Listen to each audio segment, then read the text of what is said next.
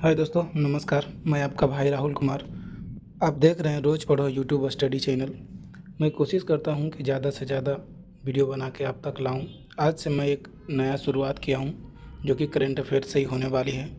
तो आप देख पा रहे हैं कि आज का करंट अफेयर्स 2024 ये पीडीएफ के फॉर्म में सभी होंगे। ये पढ़ के हम आपको सुनाएंगे, आप भी इसे देखेंगे। हमारे साथ बने रहें, इस वीडियो से आप बहुत कुछ सीख पाएंगे। चलो, और उत्तराखंड हाईकोर्ट को नए चीफ जस्टिस मिले। चैंपियंस ट्रॉफी 2024 का पूरा शेड्यूल जारी हो गया है। फिल्म मेकर श्याम बेनेगल का हुआ निधन। जैसलमेर के पत्थरों से तैयार देश का पहला डिजिटल म्यूजियम। केंद्रीय मंत्री प्रहलाद जोशी ने जागो ग्राहक जागो ऐप लॉन्च किया है। ये जो इम्पोर्टेंट्स पार्ट हैं वो अभी आप अपने नोट कॉपी में लिखने का प्रयास करेंगे। कुछ प्रमुख करंट अफेयर्स की जानकारी जो सरकारी नौकरियों की तैयारी कर रहे स्टूडेंट्स के लिए महत्वपूर्ण है। सभी एग्जामों में आने की पूरी संभावनाएं हैं। अब मेरा पहला क्वेश्चन स्टार्ट होता है अपॉइंटमेंट को लेकर। जैसे कि पहला क्वेश्चन है, हिमाचल प्रदेश और उत्तराखंड हाई कोर्ट के नए चीफ जस्टिस नियुक्त हुए। 23 दिसंबर को जस्टिस जीएस संधावालिया को हिमाचल प्रदेश हाई कोर्ट, जबकि जस्टिस नरेंद्र जी को उत्तराखंड हाई कोर्ट का चीफ जस्टिस नियुक्त किया गया है। जस्टिस संधावालिया अभी पंजाब और हरियाणा हाई कोर्ट के जज हैं, जबकि जस्टिस नरेंद्र जी आंध्र प्रदेश हाई कोर्ट के जज हैं। आप इन्हें फोटो देखकर समझ पाएंगे। जस्टिस संधावालिया बाएं छोर पर हैं, जो कि मैं आपको बताना चाहता हूं, ये, और जस्टिस नरेंद्र ये हैं। अब आगे बात कर लेते हैं। सुप्रीम कोर्ट कॉलेजियम ने 24 सितंबर को जस्टिस नरेंद्र जी के नाम की सिफारिश की थी। वहीं 17 दिसंबर को कॉलेजियम ने जस्टिस संधावालिया के नाम की सिफारिश की थी। 18 अक्टूबर को जस्टिस राजीव सकधर के रिटायर होने के बाद से हिमाचल प्रदेश हाईकोर्ट के चीफ जस्टिस का पद खाली था। अब जस्टिस संधावालिया उनकी जगह लेंगे। वहीं नरेंद्र जी उत्तराखंड हाईकोर्ट के एक्टिंग मुख्य न्यायाधीश जस्टिस मनोज कुमार तिवारी की जगह लेंगे। हाई कोर्ट और सुप्रीम कोर्ट के जजों को चुनने के लिए एक तय प्रक्रिया है जिसे सुप्रीम कोर्ट कॉलेजियम कहते हैं। इसमें सुप्रीम कोर्ट के सबसे सीनियर जज शामिल होते हैं। केंद्र इसकी सिफारिशों को स्वीकार करते हुए नए सीजेआई और अन्य जजों की नियुक्ति करता है। परंपरा के तहत सुप्रीम कोर्ट के अनुभव के आधार पर सबसे सीनियर जज ही चीफ जस्टिस बनते हैं। यह प्रक्रिया एक विज्ञापन के तहत होती है, जिसे MOP यानी memorandum and procedure for the appointment of supreme court जजेज कहते हैं। साल 1999 में पहली बार MOP तैयार हुआ। अब आज का हमारा दूसरा प्रश्न है जो कि निधन से है। तो फिल्म मेकर श्याम बेनेगल का हुआ निधन। प्रसिद्ध फिल्म मेकर, निर्देशक, लेखक और फिल्म निर्माता श्याम बेनेगल का 23 दिसंबर को निधन हो गया है। उन्होंने मुंबई सेंट्रल के बोकहार्ट अस्पताल में शाम 6:38 पर आखिरी सांस ली। श्याम लंबे समय से किडनी की बीमारी से जूझ रहे थे। 2 साल पहले उनकी दोनों किडनी खराब हो गई थी। उसके बाद से उनकी डायलिसिस चल रही थी। ये रहे श्याम बेनेगल की तस्वीर। जन्म इनका होता है 14 दिसंबर 1934 को और इनकी निधन होती है 23 दिसंबर 2024 को। श्याम बेनेगल का जन्म 14 दिसंबर 1934 को और निधन 23 दिसंबर 2024 को। ये बात करते हैं श्याम बेनेगल से जुड़े कुछ तथ्य को। श्याम बेनेगल के नाम सबसे ज़्यादा नेशनल अवार्ड जीतने का रिकॉर्ड है। इन्हें 8 फिल्मों के लिए इस पुरस्कार से सम्मानित किया गया है। श्याम सुंदर बेनेगल का जन्म 14 दिसंबर 1934 में हैदराबाद में ब्राह्मण परिवार में हुआ था। उन्होंने अर्थशास्त्र में पढ़ाई की, बाद में फोटोग्राफी शुरू कर दी। बॉलीवुड में उन्हें आर्ट सिनेमा का जनक भी माना जाता है। सिर्फ 12 साल की उम्र में उन्होंने अपने फोटोग्राफर पिता श्रीधर बी बेनेगल के दिए गए कैमरे पर पहली फिल्म बनाई थी। श्याम बेनेगल की फिल्मों ने भारतीय सिनेमा को बेहतरीन कलाकार दिए, जिसमें नसरुद्दीन शाह, ओम पुरी, अमरीश पुरी, अनंत नाग, शबाना आजमी, स्मिता पाटिल और फोटोग्राफर गोविंद निहलानी प्रमुख हैं। जवाहरलाल नेहरू और सत्यजीत रे पर डॉक्यूमेंट्री बनाने के अलावा उन्होंने दूरदर्शन के लिए धारावाहिक यात्रा, कथासार सागर और भारत एक खोज का भी निर्देशन किया। श्याम ने 24 फिल्में, 25 डॉक्यूमेंट्री और 15 एड फिल्में बनाई हैं। आगे बात कर लेते हैं श्याम बेनेगल, जो कि मिसलेनियस इसे कह सकते हैं। जैसलमेर के पत्थरों से तैयार देश का पहला डिजिटल म्यूजियम भारत का पहला डिजिटल म्यूजियम है। दुनिया भर के दर्शकों के लिए खुल गया है। मुंबई पुणे हाईकोर्ट पर पारवाड़ी क्षेत्र में बने इस म्यूजियम को तैयार करने में 12 साल का समय लगा है और लगभग 400 करोड़ रुपए की लागत आई है। इसी म्यूजियम की हम बात कर रहे थे अभी। देखिए इनसे जुड़ी कुछ और तथ्य। इस अभय प्रभावना म्यूजियम को तैयार करने में जैसलमेर के पत्थरों का उपयोग किया गया है। इस म्यूजियम के परिसर में चित्तौड़गढ़ दुर्ग के जैसी जैसलमेर के पत्थरों से तैयार भव्य प्राकृतिक यानी रेप्लिका है। यह म्यूजियम जैन धर्म के इतिहास और दर्शन पर आधारित है। इंद्रायणी नदी के किनारे और 2022 वर्ष पुरानी पीली जैन गुफाओं के करीब स्थित यह म्यूजियम 3.5 लाख वर्ग फीट में फैला है। इसमें खास तौर पर डिजाइन 30 दशक दीर्घाएँ हैं। यहाँ लगभग 350 से ज़्यादा कलाकृतियाँ, मूर्तियाँ और प्राकृतिकियाँ हैं। गैलरी में जैन धर्म की 1000 वर्ष पुरानी पांडुलिपि भी लगाई गई है। ये हैं कुछ खासियतें इसकी। पहला है 2200 साल पुरानी पाले जैन गुफाओं के निकट 50 एकड़ में निर्मित है। दूसरा 24 जैन तीर्थंकरों की गाथा, जो कि जैन धर्म में टोटल 24 तीर्थंकर थे, जैन तीर्थंकर, उनकी गाथा है और संदेशों की प्रासंगिकता की झलक दिखाई देती है। तीसरा है 4185 टन वजन के जैसलमेर के विशेष पत्थर से 100 फीट का मानव स्तंभ बना है। चौथा है 1000 साल से भी पुरानी पांडुलिपि सुरक्षित की गई है। पांचवा है जैन धर्म से अपरिचित लोगों के लिए ऑडियो विजुअल तकनीक से इंटरैक्टिव शो होगा। उड़ीसा और गुजरात के कलाकारों ने काम किया है। निर्माणाधीन चिल्ड्रन म्यूजियम और चिल्ड्रंस प्ले एरिया बनाया गया है।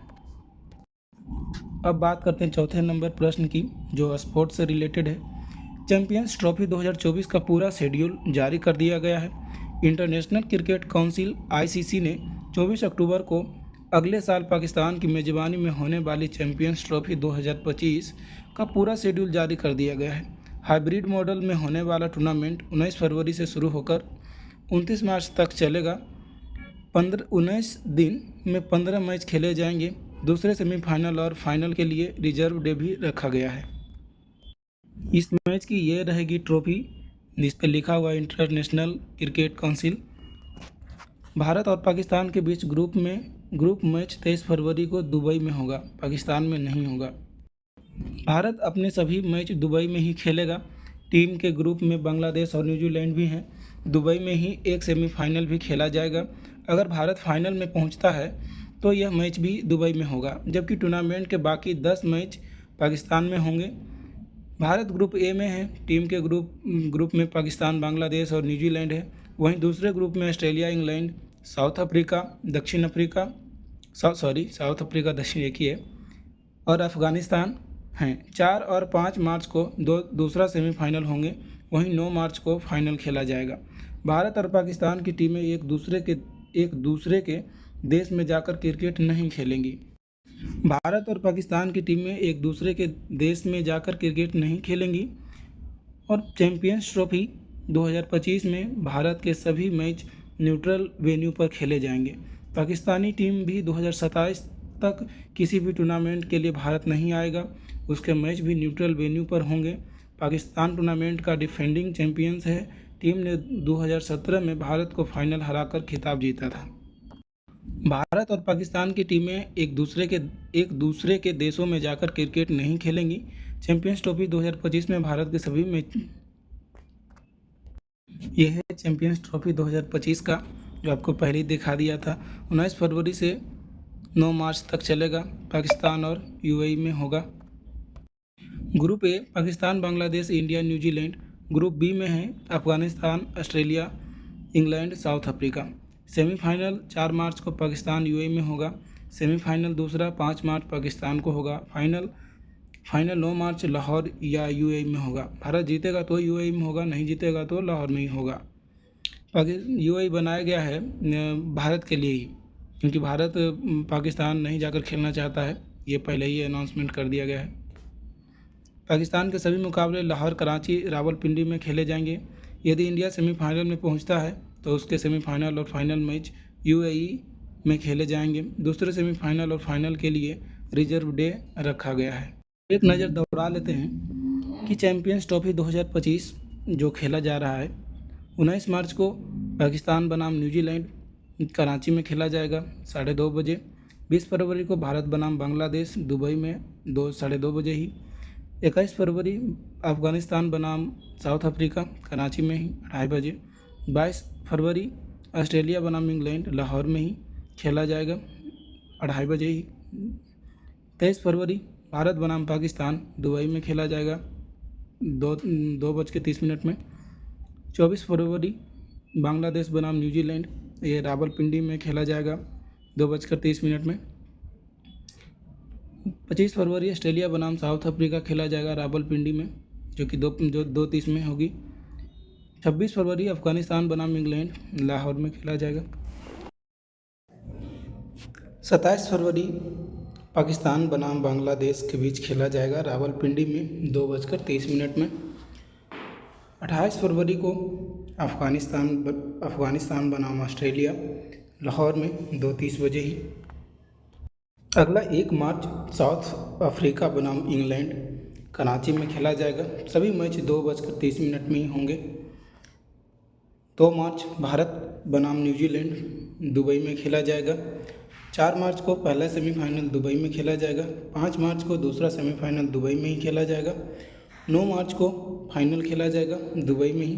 10 मार्च को फाइनल रिजर्व डे रखा गया है, या मौसम ख़राब होने की वजह से या कोई भी वैसी सिचुएशन आती है जिससे 1 डे डिले किया जा सकता है, उसके लिए वो एक्स्ट्रा डे रखा जाता है। अब बात कर लेते हैं लॉन्च एंड इवेंट का, जो कि 5वां प्रश्न है। केंद्रीय मंत्री प्रहलाद जोशी ने जागो ग्राहक जागो ऐप लॉन्च किया है। राष्ट्रपति उपभोक्ता दिवस के अवसर पर केंद्रीय उपभोक्ता कार्य मंत्री प्रहलाद जोशी ने जागो ग्राहक जागो ऐप, जागृत ऐप और जागृत डैशबोर्ड लॉन्च किया है।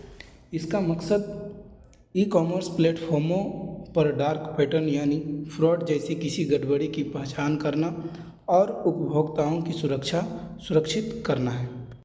ये है हमारे भारत के उपभोक्ता मंत्रालय प्रहलाद जोशी। राष्ट्रीय उपभोक्ता दिवस देश में उपभोक्ता गतिविधियों के महत्व को दर्शाने के लिए हर साल 24 दिसंबर को मनाया जाता है। इस साल की थीम है virtual hiring and digital access to consumer justice. सभी लीगल मेट्रोलॉजी सर्विसेज के लिए ई मैप पोर्टल को भी लॉन्च किया गया है। ये एक यूनिफाइड डिजिटल प्लेटफॉर्म है जिसका मकसद सभी राज्यों के लीगल मेट्रोलॉजी पोर्टल को एक सिंगल नेशन सिस्टम में बदलना है। AI इनेबल्ड राष्ट्रीय उपभोक्ता हेल्पलाइन 2.0 की भी शुरुआत की गई है। भारतीय स्टैंडर्ड ब्यूरो साल 2025 में से स्मार्ट स्टैंडर्ड अपनाएगा। पारंपरिक रूप से मानकों को वर्ड प्रोसेसिंग डॉक्यूमेंट्स में लिखा जाता है। यह स्टैंडर्ड पढ़ने में तो अच्छा है, पर कंप्यूटर के लिए इन्हें समझना मुश्किल होता है। स्मार्ट स्टैंडर्ड को इंसान और मशीनों दोनों के लिए आसानी से समझ आने के लिए डेवलप किया गया है। आज देखते हैं आज का इतिहास। 24 दिसंबर का इतिहास क्या रहा है। तो 24 दिसंबर का इतिहास, आज ही के दिन 1924 में मशहूर गायक मोहम्मद रफ़ी का जन्म हुआ था। रफ़ी का जन्म 24 दिसंबर 1924 को पंजाब में हुआ था। रफ़ी ने देशभक्ति गीतों से लेकर रोमांटिक गाने, कव्वाली, गज़ल और शास्त्रीय गीत जैसी सभी विधाओं में गाने गाए। उन्हें 4 फिल्म मेकर अवार्ड और 1 नेशनल अवार्ड मिला। 1976 में उन्हें पद्म श्री से सम्मानित किया गया था। 2001 में स्टरर डस्ट मैगजीन ने रफ़ी को best singer of the millennium चुना गया था। मोहम्मद रफ़ी साहब की तस्वीरें जो आप देख सकते हैं। 2013 में रफ़ी को CNN IBN के पोल में हिंदी सिनेमा की सर्वश्रेष्ठ आवाज़ चुना गया था। 2014 में अटल बिहारी वाजपेयी और मदन मोहन मालवीय को भारत रत्न देने की घोषणा हुई थी। 1989 में देश का पहला अम्यूजमेंट पार्क एलिस वर्ल्ड महाराष्ट्र की राजधानी मुंबई में खेला गया था। 1986 में लोटस टेम्पल आम लोगों के लिए खोला गया था। 1962 में एक्ट्रेस प्रीति सप्रू का जन्म हुआ था। महज 13 साल की उम्र में एक्टिंग शुरू करने वाली प्रीति ने लावारिस, नजराना, अवतार, निम्मो, आज का अर्जुन जैसी फिल्में में काम किया है। 1956 में एक्टर अनिल कपूर का जन्म हुआ था। फिल्म परिवार में जन्मे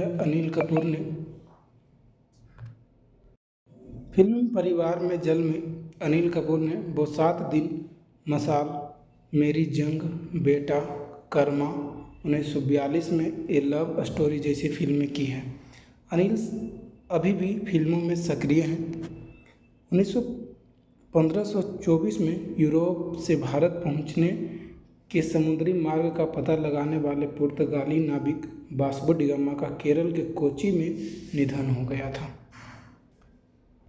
तो ये थे हमारे आज के महत्वपूर्ण करेंट अफेयर्स जो कि सारे डिटेल में कवर करने की कोशिश की है।